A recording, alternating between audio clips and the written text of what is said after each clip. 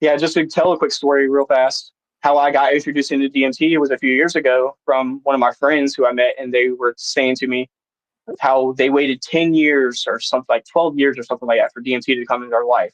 And they said that they would be open minded and ready for it when it came, that when it came to them, they would do it. And they waited like 12 years. And they were telling me this story, and I'm just like, I don't want to wait 12 years. I want this now. It's the human thing we do. I want this right now. You have an expectation. You're running the four agreements. So taking it personally because I'm not getting it. Why am I not getting it? I should be the one to have it. So what happened to me is the very next day I woke up and I went to bed thinking about it and I was like, maybe, but I just don't know if I can believe that. Woke up the very next day and one of my friends hit me up and he says, hey man, have you ever tried it? And I go, no man, I was just talking to a buddy yesterday and I was telling him I never tried it. He's like, well, I want to give you some. And he gave me my first DMT cart and I tried it and it was mind-boggling experience. If you guys have never tried DMT, I can't recommend anything to you, but I can say for a fact that it is different than LSD or mushrooms. It's a totally Aldous Huxley, we had a quote from him just yesterday. He talks about how these are different keys to the doors of perception. That mushrooms is a different key, and LSD is a different key, and marijuana, and all these different things are different keys. DMT, I don't want to say too much too soon, but that is going to be something that will be available to our community in the near future. I just can't say all natural entheogens. Right. Here in a few months, we'll probably have it available to some of us in limited amounts. 100%. I know how to make it. I'm going to be adding some people to our team that also specialize in that. It's just that they won't be joining us for a couple months. Definitely.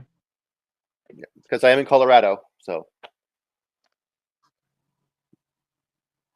Yeah, I don't want to tell too much about it either. But again, yeah, that's like my whole point is that there's layers to how it's like anything. It's not just like, oh, I met my wife. It's like, yeah, I met my wife and then we started dating and then we got married. Or it's not like I just had a kid. It's like, well, yeah, I had a kid, but then there was all this stuff that I had to learn. Like there's more to it than just that. So I love like the intricacies of how we fell in love with psychedelics for sure.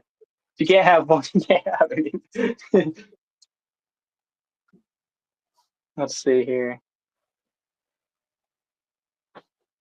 I love to have an experience never had before. Yeah, it's life changing.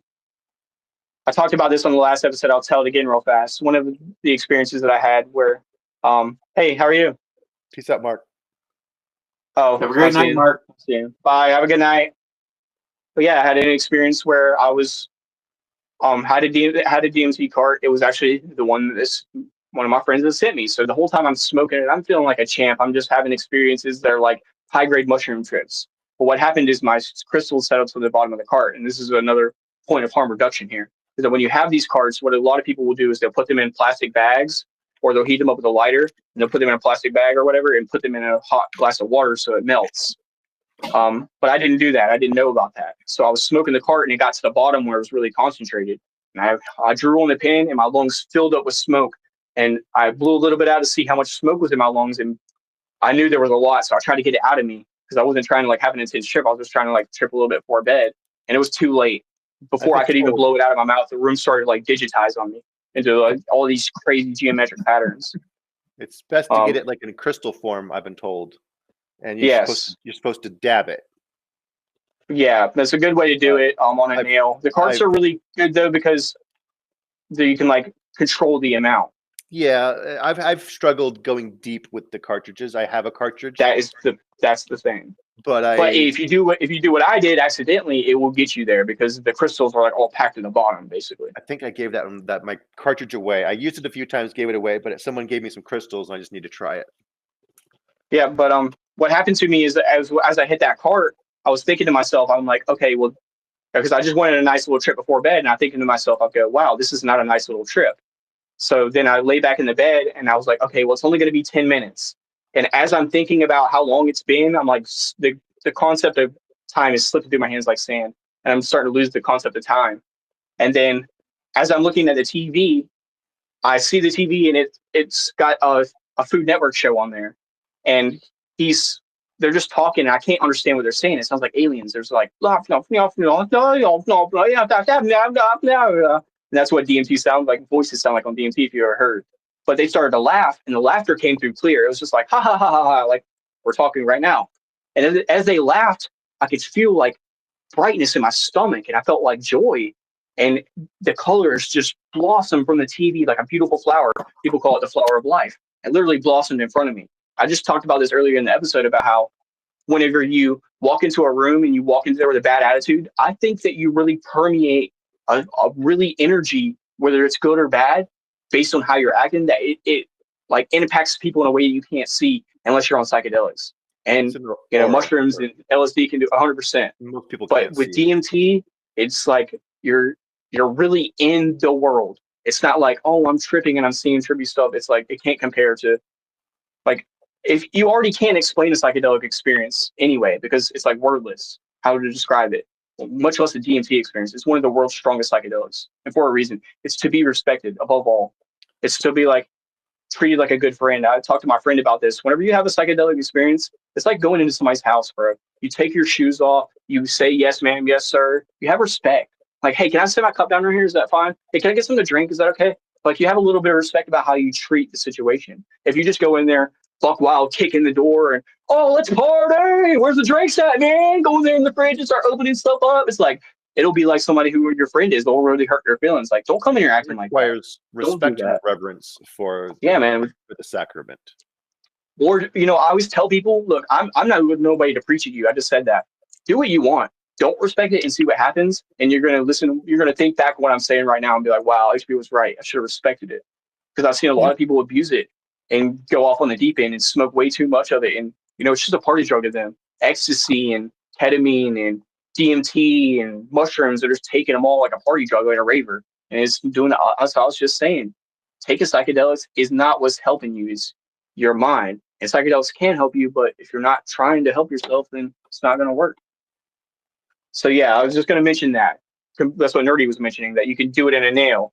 Exactly. The pins are more like a gas pedal on a car. You can control it. What hitting it out of a dab rig does is like a rocket. It's like once you dab it to the nail and you inhale it, you're basically setting the ignition off on a rocket and you're gone. You're blasted off into that area. Usually it takes people 2 to 3 hits, but it can happen in one with the nail. If you get it right, you get the temperature right.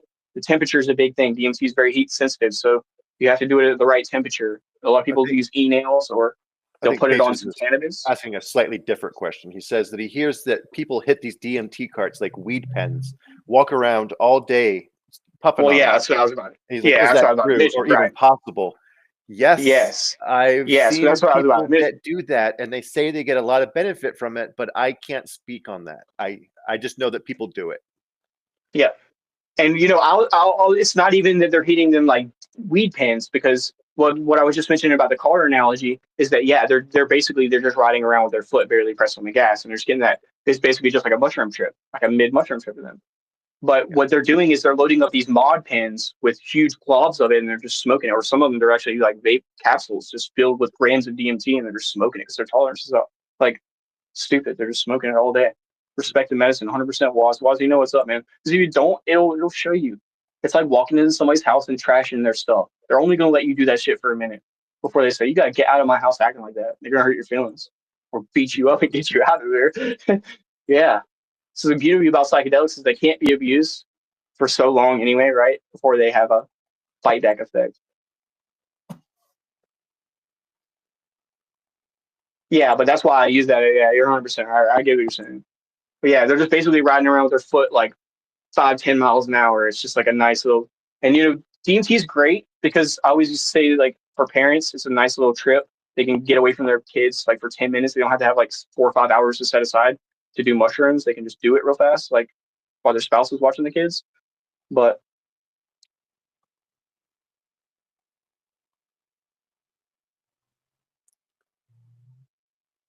yeah, it can be like that. Yeah, it's only powerful if you take long draw and hold it Exactly. like 2 or 3 times in a row, and it's like one after another. It's like Yeah, you're about to pass out from a lack of oxygen. But yeah, the people that are doing that, they're just basically taking a casual puff here and there. Hey, bye. We'll see you later. Yeah, we're about to go in just a minute. But yeah, that's what I was going to say. This is the hard thing about microdosing with DMT is that it only lasts 10 minutes. So Yeah, people are just, you can microdose with it, but you'll have to re-up every 10 minutes. Your tolerance builds up really fast. So it's more beneficial to microdose with things like mushrooms and LSD, things like that, whatever you prefer, right? But yeah, 100%. Yeah. Sweet. It's been great having you guys. Appreciate all you guys' support and everybody tuning in. Remember, next Friday, if one of you guys wants to a couple hits off the pin is like a microdose. Yep, 3 hits. You start feeling good stuff. 4 hits. And you need a trip sitter for like 10 minutes. So yeah, it's a good analogy if you guys want to know right there. 100%. Trip sitters are awesome. Yeah, it's great to have it's a great way. Yeah. At least somebody on your phone. Like if they can't be there, at least somebody you have on standby. That's what Derek was talking about. That was his thing last week. But yeah, next Friday, you guys, if one of y'all wants to come on the show, just reach out to us on one of our socials. You can actually get it through our YouTube right here. Reach out to us and let us know if you want to come on the show. And we're going to be doing some more giveaways on Monday. And we're also going to be doing a movie night Monday. So you guys tune in for that. I appreciate you guys for tuning in. Thank you guys. If you have any more final questions, just before we get out of here. I'd also like to point out that I made a revision on the website. If anybody signs up for any membership, in the email that you receive, there will be a Discord invite link. I'm trying to make it as easy as possible for everybody to join Discord and start talking to us throughout the day. It's free to join, and we're always in there chatting throughout the day. So you guys just shout us out if you have any questions. Our names are the same: HB, Nerd Nature, and Derek, all on Discord. So just reach out to us. Appreciate you guys. All right, love y'all. Super fun though on the early. Bye. Have a great day now. Bye. Thanks, y'all. Let's throw in a scene.